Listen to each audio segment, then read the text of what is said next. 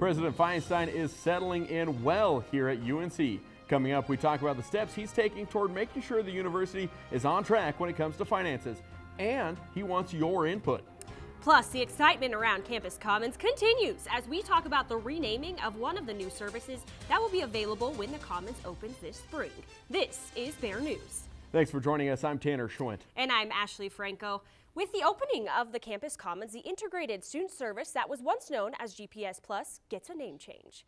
The center will be Bear Central. It's located in the Campus Commons and will be a hub for students, staff, and alumni needing financial aid, registration, bursar, and additional university resources. At first, they temporarily named the service on One Stop Plus.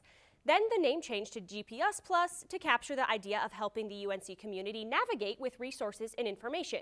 Now the One Stop Center is renamed Bear Central to better convey its mission of supporting UNC students in reaching educational goals and enhancing their experience. Bear Central will maximize the student experience by connecting students with the appropriate tools and information for success. The Campus Commons and Bear Central are scheduled to open next spring. UNC President Andy Feinstein wants faculty, staff, and student input about university finances, so he scheduled 4 meetings called Budget 101. In an email to campus, Feinstein said the 90-minute sessions will allow him and Chief Financial Officer Michelle Quinn to show budget trends and how the university got to a $10 million structural deficit. The first 2 sessions were yesterday and today, but 2 more are scheduled for after fall break. The first is Monday, November 26th at 1 p.m. in the Columbine Room at the University Center. The second is Thursday, November 27th at 8:30 a.m. in the Panorama Room. Feinstein says the information will be the same at all of the presentations, and the information will also be available online. As part of its continuing effort to cut costs, the University of Northern Colorado is taking a hard look at enrollment management and how the university awards institutional aid. In his email to the campus, University President Andy Feinstein said the university needs to reevaluate the aid model because although undergraduate enrollment increased by 4% since 2014, net tuition revenue actually declined during that period. He says that that's partly because the university awarded more need and merit-based aid to students. Feinstein told the campus community the university will work with Huron Consulting Group to examine a wide variety of strategic enrollment issues. In addition to just pricing and discounting, Feinstein says Huron will help the university devise a strategic management model that will help the university enroll and retain more students while at the same time providing additional revenue to help combat the structural deficit. Huron begins work at the end of November and will continue the process through the middle of the spring semester.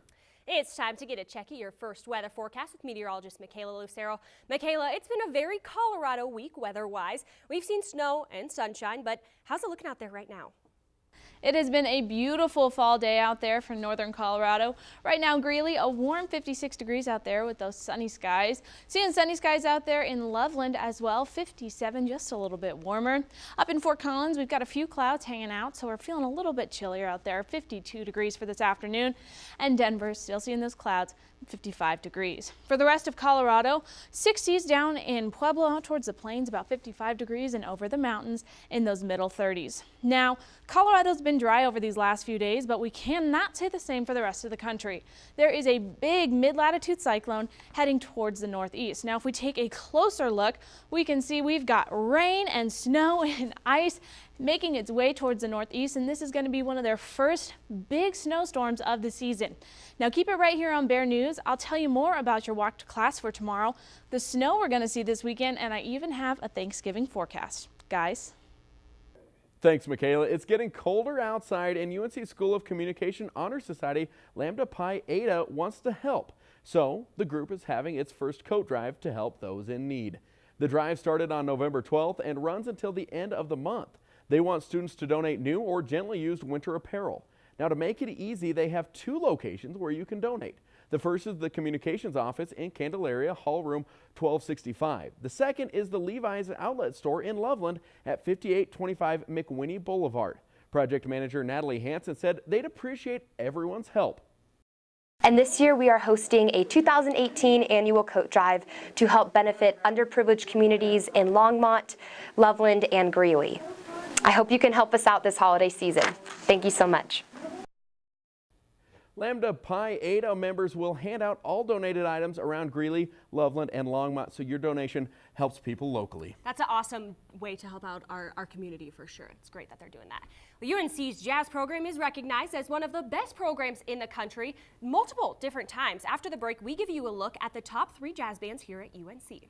Plus, it's getting close to turkey time. Matt Jenkins is live in the studio to bring us the question of the week. And this week, it's all about Thanksgiving food. We'll be right back.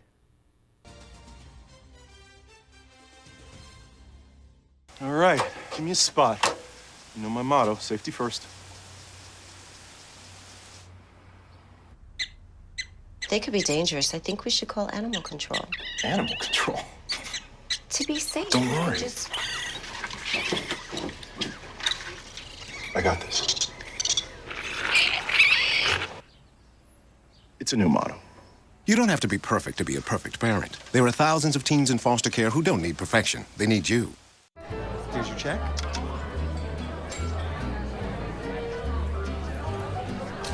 Oh, you got it. You know, since I got rid of my car, I really enjoy walking. Okay. Got it. No. Getting pulled over for buzz driving could cost you around $10,000 in fines, legal fees, and increased insurance rates. Oh, you're home early. You live with your mom? That'll set your game back a few years. Buzzed, busted, and broke. Because buzz driving is drunk driving. In the smoky dark of the Moxie Theater, UNC's renowned jazz program brought some lightning and thunder to the packed concert venue's hallowed stage on Monday. It's a jazz thing. 3 bands took the stage at the Moxie, blaring their brass, booming their bass, and bemoaning their blues on Monday at UNC's annual Jazz Thing. Not sure what it is, or what that is, rather. Jazz Thing is 3 of UNC's top jazz bands playing live on stage to flex a little falsetto in front of their friends. According to major jazz publication Downbeat Magazine, UNC's Jazz Lab Band was once named the best college jazz ensemble in 2013. And it's continued to produce amazing musicians ever since. UNC's jazz program has long been recognized as one of the best programs in the United States, producing not just high-caliber musicians, but also star businessmen and women, educators, and much more. Carried on in the spirit of UNC's jazz excellence, Jazz Thing is a celebration of all things blues and gold. One of the great things about downtown Greeley is the diversity in stores. The main story about downtown has been all of the new businesses. But this week, I caught up with Linda Winter, the owner of a business that has been a staple in downtown. All right, Linda, so you've been doing this a long time, but talk to us about a little bit about what your store all has and what it entails down here at Accessories with a Flair and Hair. So it is a boutique, a hair salon, a makeup studio, and a wig center. It's got a little bit of everything. What inspired, I mean, I know you've been doing this 47 years now, so, I mean, how have you seen your store change and progress, and what have you had to do to adapt with the changes? Well, you've got to figure out what your niche market is, and you have to appeal to a lot of ages, a lot of sizes, a lot of different fashions. And so over the years, you got to change with it. You know, we're doing a lot of social media now, not only print advertising, but you got to change with the times or you won't be here anymore. You're definitely going to be standing out. I mean, lots of colors in the store. I mean, is there a specific style that you try and go for? Or is it just you want to make sure that everyone's got their own fashion when they walk out of here? Right, exactly. They need to, it doesn't matter what I say. If they don't feel good in it, they don't look good in it, I'm not going to sell it to them. Because if that makes me look bad and them too, and that's not what we want. So now, Linda, we've been doing this downtown segment for a couple of weeks now. We've seen a lot of and talked to a lot of different business owners that have just moved here in the last 4 or 5 years, and we've seen the change in downtown. You've been in this location for 20 years now. How have you seen downtown change? So actually, I was south of here for 16 years, and then I've been in this spot for 5 years. And it has changed because we are recreating a great community, not only for shopping, but eating out. And, you know, people love to come down here for all of our events. So there was a time when downtown was dying. Now it's back alive. We have all age groups coming, and our festivals really are the key to people coming here. Talk to me about the impact that UNC has on, and the UNC students have on downtown businesses, because it really is, you guys are all kind of in this collectively. Right. For years, we treated UNC like it wasn't part of like it was a separate country. Now we're trying to collaborate with the university, letting the students know what's down here. And, you know, there's a lot of kids that go there, and we want them to feel welcome when they come down. Of course, we have the bars and restaurants, but they can shop and have a good time down here, too. So do you see this trend continuing? Do you continue to see, or do you think that Greeley as a whole will continue to grow? And what do you think downtown's going to look like? Downtown is growing. We're going to have more residential apartments that are being built now along 8th Avenue. We've beautified a lot of the places. Art is big. We're in the creative district down here. So Greeley is going to grow, and the downtown is definitely going to grow. Would you tell some of these UNC students that are just starting to get to know the area, that are starting maybe to either want to start a family here at some point or stay here, what's your thoughts on Greeley as a whole? Greeley is still a small town, even though we're over 100,000 people now. But we want them to feel welcome, feel safe, and it's a great place to intermingle with. It doesn't matter what your likes are and where you like to shop and what you like to do, but you're going to find it here. You won't find box stores downtown Greeley, but you will find some great community places and unique places that you'd like to visit. That's what makes downtown Greeley so special. Accessories with a Flair and Hair truly is one of the hidden treasures in Greeley and is a big part of the reason we love the city we call home. Well, it is that time of year again, the time of year when we all get to take a 5-day week away from school. The best part about it is we get to stuff our face with some good Thanksgiving food. Bear News reporter Matt Jenkins is live in the studio with our question of the week, and it involves food. I was talking with some friends during lunch this past week about what we were going to do for Thanksgiving break. The main topic of conversation was what we normally eat for Thanksgiving. Question of the week material. So I went to find out what some UNC students like and don't like for their Thanksgiving dinner. What are the best and worst Thanksgiving foods that you've had at your dinner? So the best Thanksgiving food I've had at my Thanksgiving dinner is mashed potatoes. And I think the worst Thanksgiving food that I've had at my dinner is probably the potato salad. The best had to be this homemade stuffing that my mom made, and the worst was her homemade green bean casserole. So I think the best is stuffing and the worst is cranberry sauce.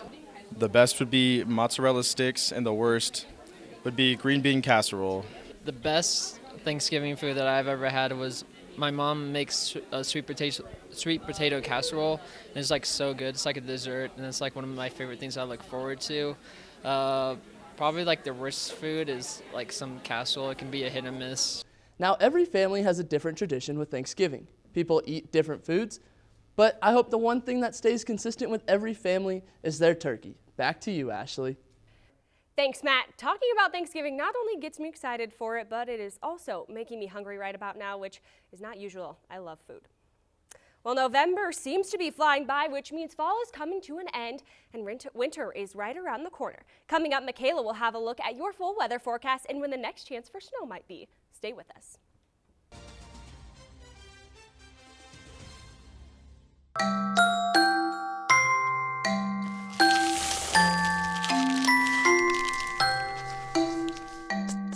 Kids will spend 8 minutes decorating their little brother.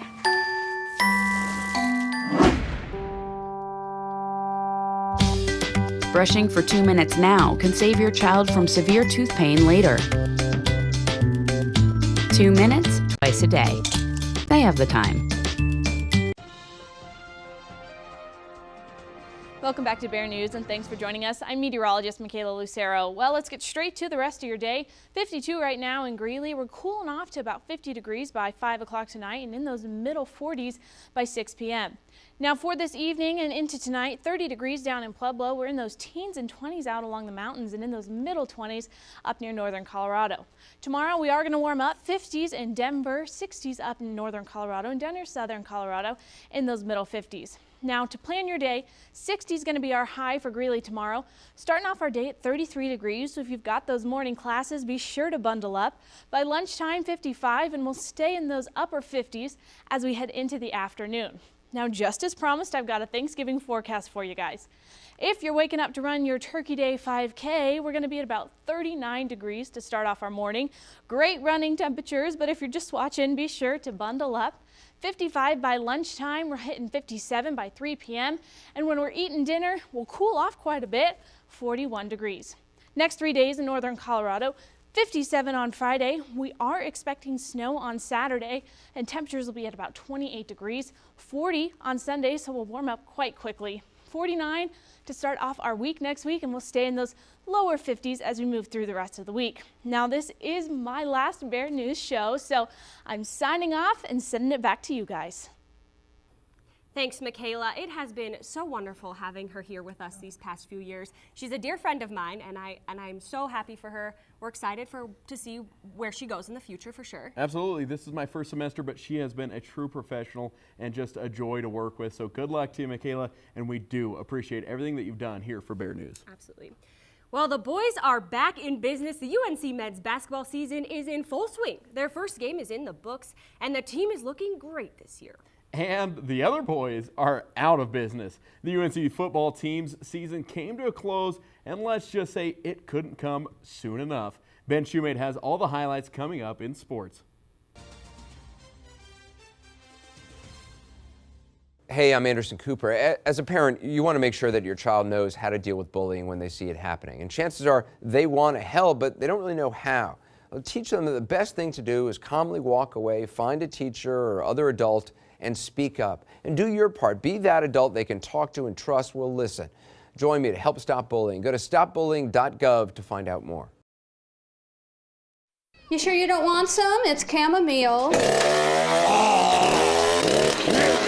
Listen, you are extremely terrifying. Just the scariest undead subhuman thing on TV, and I really mean that. But I am worried that you could give my kids nightmares if they see you, so I'm gonna have to block you. So that's it. Oh, and tell the zombies they're blocked too. The Colorado Avalanche are picking up games, but in the loss column. The Avs traveled to Winnipeg last Friday in hopes to get back in the win column, but Winnipeg had other plans. The Jets handed the Avs their 5th straight loss, and by the time the Avs got on the scoreboard, it was too late. The Avs left Winnipeg losing 5-2. So they stayed in Canada and moving over to Edmonton Sunday night to face the Oilers. After losing 5 straight, they finally found the win column again, and the Avs got a quick goal from Gabriel Landeskog only 26 seconds into the first. After that, the Avs kept the pressure up, and they left Edmonton winning 4-1. They traveled back home after 3 nights to face off against the Boston Bruins. After a tough fight through the first 2 periods, the Avs came out for the 3rd period strong. They kept firing shots on the goal as 4 of them found the back of the net. The Avs sent the Bruins packing, winning 6-3. Next up, the Avs welcome the defending Stanley Cup champions to town tomorrow night when they face off against the Washington Capitals at 7 p.m. And you could call it a successful weekend for the UNC wrestling team as 2 wrestlers won their weight class and more placed in the top 5. The team saw action last Saturday and Sunday afternoon in the Northern Colorado Open and a match against Fresno State.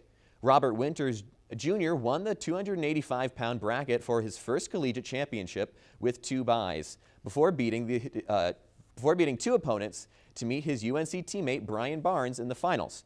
UNC's Rico Montoya sped through the first 2 matches to make the semifinal, where he dominated his opponent 10-2 before facing teammate Jace Colzer in the final. However, UNC lost their Sunday afternoon meet against Fresno State, winning only 1 match on the day to fall 0-2 in Big 12. The Bears season continues at the end of the month in Las Vegas for the Cliff Allen Invitational. The UNC men's basketball team took to the court Tuesday night to play Pepperdine in the team's first official game, and as Bear News reporter Trevor Sherman tells us, the Bears are looking good.